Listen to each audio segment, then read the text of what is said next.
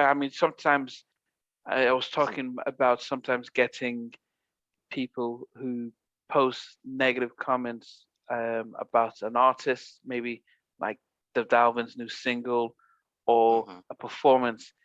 And in the past, what I used to do was I used to like everyone, but if you said anything negative, I won't like you and stuff.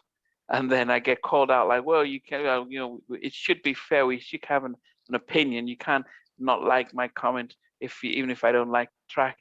But then if I do like your comment, negative comment, the problem then becomes the artist because they do see it. There's a number of them who have Yeah, they interviewed come back who come back, and check read. out what's Yeah. been said about their stuff, and it's a real hard balance. So I've had to be mindful of what I like and what I don't like, and give, Right. especially if it's an interview, I would respond to every comment on an interview or every comment Right. on a poll.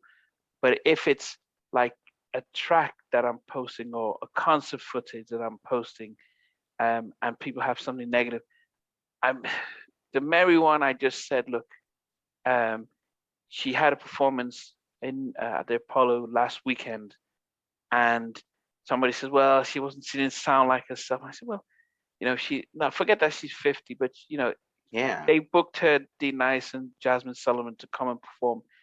She might have had a bad, just not feeling well, but she gave as much of a performance as she could. But that's no representation of how she generally is now. She can still throw out a show, Right. but she hasn't had to sing for a while, and so you just never know. And yeah, Those are so the unrealistic standards that people understand when you're in the spotlight. Those are the unrealistic standards people expect. They expect you to just be great every time, and you're going to have an off day.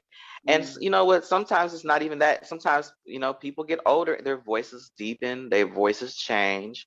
yeah, And that's just basically what it is. You can't expect someone to sing just like with the Tevin Campbell video. You can't expect somebody to sound like they did well, I don't know if he was in puberty. I don't know anything about his personal life like that, but I mean, he was 14 years old when he recorded Can We Talk. The man yeah. is all 40 something now, And and people are you're saying, "Oh, expecting him to hit those.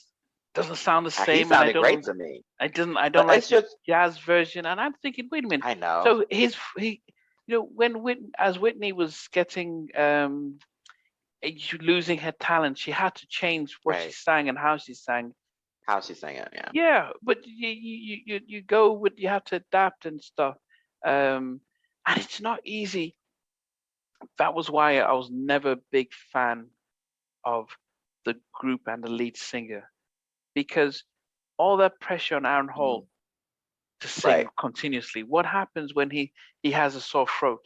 There's no one to take up the slack. Now that's why Blackstreet are much better, because okay, Mark Middleton has the power vocals, but Chance has sung lead on a lot of their tracks. Eric Hmm. has sang lead on a number of tracks, and so does as Levi, and so they can take each other's parts. But there's an over reliance on that one person, and actually that's just what Chauncey did say when I spoke to him.